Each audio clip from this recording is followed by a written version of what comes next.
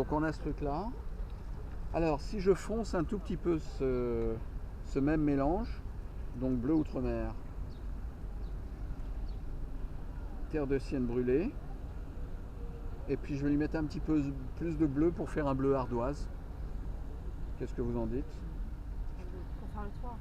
Pour faire le toit, ouais. C'est du bleu outre-mer que tu mets en plus ou... Bleu outre-mer. C'est toujours les deux mêmes couleurs.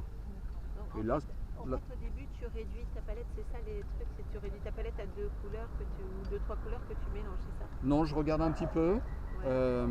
Et puis effectivement, j'ai besoin que de 2-3 couleurs pour faire le ciel. Mais pour l'ensemble, tu essaies de rester dans l'harmonie de couleurs, Alors, c'est ça la question. moins on a de couleurs, plus ça va être harmonieux. Et il y a ce dont on parle pas souvent, qui est la couleur mer. Dans toutes les aquarelles, on va essayer de déterminer une couleur mer, qui va être la couleur un petit peu sous-jacente à tout. Alors moi en général j'essaye de faire de l'orange parce que c'est plus lumineux, mais ça va pas toujours se voir. Elle va passer un petit peu sur toute l'image, mais vous faites pas une sous-couche en orange. Ça va transparaître sur le truc et on décide d'une couleur et puis on va avoir d'autres couleurs comme ça.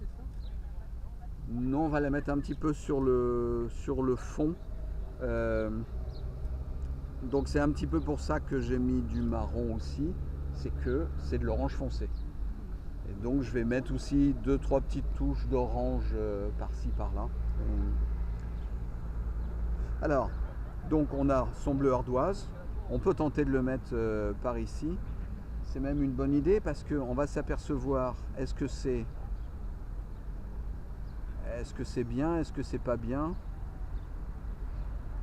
Moi je vais dire là, peut-être ça va être trop sombre. En fait c'est pas trop sombre, mais si je dis peut-être ça va être trop sombre, eh ben je vais juste mettre de l'eau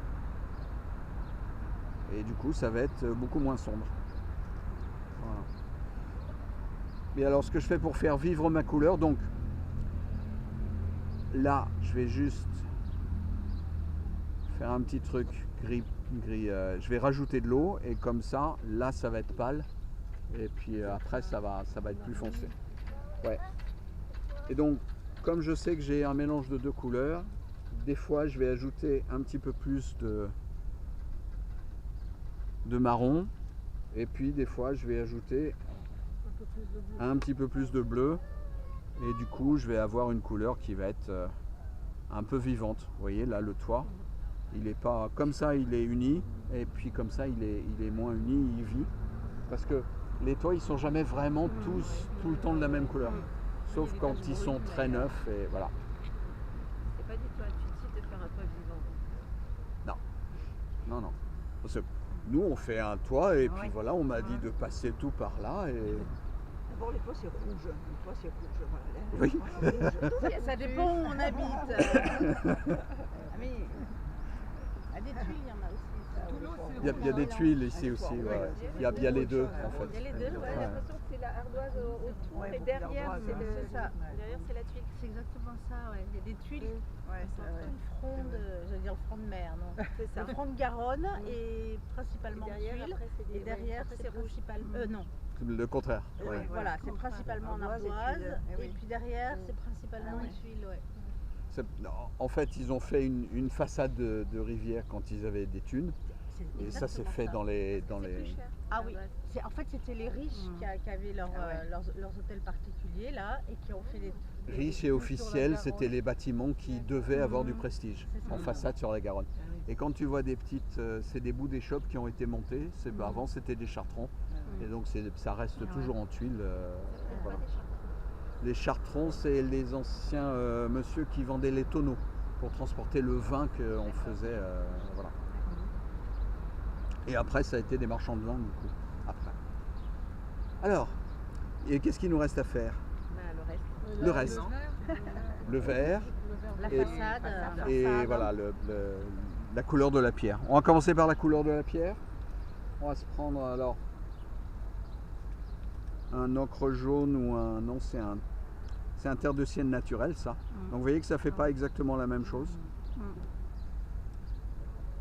Donc, mais ça peut faire la pierre blonde en fait. Oui, C'est pas assez mal, sympa. ça, oui. Sauf que si on ne fait que ça, C'est un peu clair. Ouais. Ah oui, ça dit pas. donc on va faire des fois des moments où ça va être plus illuminé. Donc je mets un petit bout d'orange. Alors, orange de cadmium. Si vous prenez l'orange de cadmium et que vous le mettez comme ça, surtout quand il a bien séché, là en fait c'est qu'il est depuis tellement longtemps sur ma palette que à force de l'humidifier et ressécher à force de l'humidifier, tout ce qui est gomme arabique est parti. Et donc en fait il est en train de tomber un petit peu en poussière. Voilà. Mais si je mets ça, ça va pas être très transparent. Par contre, si je lui mets juste de l'eau, comme ça, Ah oui. il va être super lumineux. Presque jaune. Mais si Et on beaucoup le plus jaune. mélange avec Alors, attends. le fer de ciel, ça ira pas? Orange de cadmium. T'as changé la couleur ou t'as changé la façon de le mettre? Je sais pas. Il y a plus d'eau. Donc celui-là, entre celui-là et celui-là, j'ai changé la couleur. Ça D'accord. c'est un terre de sienne naturel. Et tout ça, c'est un orange. D'accord. Donc là, c'est un orange avec peu d'eau. Et là, c'est un orange avec beaucoup d'eau. D'accord. Et effectivement, la chromie change. Il devient plus orange, il devient un jaune-orange.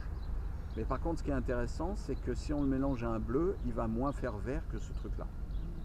Donc pour les couchers de soleil, par exemple, ça peut être un truc. Ah oui. Ouais. Ah ouais, donc tu es obligé de bien connaître en fait tes mélanges et tes. Moins tu as de couleurs, Oui, plus tes tu connais mélanges. vite, parfaitement Les tes mélanges. couleurs. D'accord. Et en plus, ça va donner plus d'harmonie. Donc voilà. Une fois en stage, j'ai une dame qui est arrivée avec une grosse palette de 182 couleurs. 182. Voilà. Sur son Elle vélo, s'était avec 36 vitesses. acheté toute la gamme. Non, elle était venue en voiture. 182. C'est comme le maquillage, tu sais, là où ça C'est un peu ça. les boîtes avec des couleurs qui n'en finissent plus. C'est pas comme ça que tu t'en sers jamais. En non, plus, bah oui. voilà, des Et elle couleurs. n'était pas contente quand je lui ai dit qu'elle n'allait pas se servir de toutes les couleurs. Bah, quelle idée d'acheter ça sans savoir. C'est une idée de débutant qui Ah bah veut oui. se donner les moyens. Ça part d'une bonne intention. Mais, Et qui a mais les bon. moyens aussi. Oui, oui. Déjà les 32, ça va. 182, 32, c'est trop. c'est énorme. Ouais, ouais. Il y a des trucs alors ils vous vendent des Cotman. Ouais. Mais en gros, les couleurs qu'ils vous vendent, c'est plutôt celles-là. Donc les verts, vous les enlevez. Le blanc, vous l'enlevez. Le noir, vous faites. Ah, ça me fait plaisir ça. Ah oui, la première chose à faire sur une palette, c'est d'enlever les verts. Mais merci parce que Ah, je sais ok. jamais quoi prendre. Et pourquoi on enlève les verres? Parce que Parce que tu ce le que vous fais, le avez, vert. c'est un verre de vessie Oui. et un verre de hooker. Ouais. Voilà, green sap hooker. Et en fait, c'est juste ce qu'il ne faut pas prendre. Ça va vous plomber votre aquarelle, ça va faire super pas naturel. C'est pour ça. Voilà. Donc, si vous voulez vraiment les utiliser, mélangez-les toujours avec du jaune, Oui, de l'orange, ah oui, du le bleu. bleu, Le verre olive, il est bien gardé. Alors moi, des fois, j'utilise le verre olive. Parce qu'il est Ouais. dur à faire.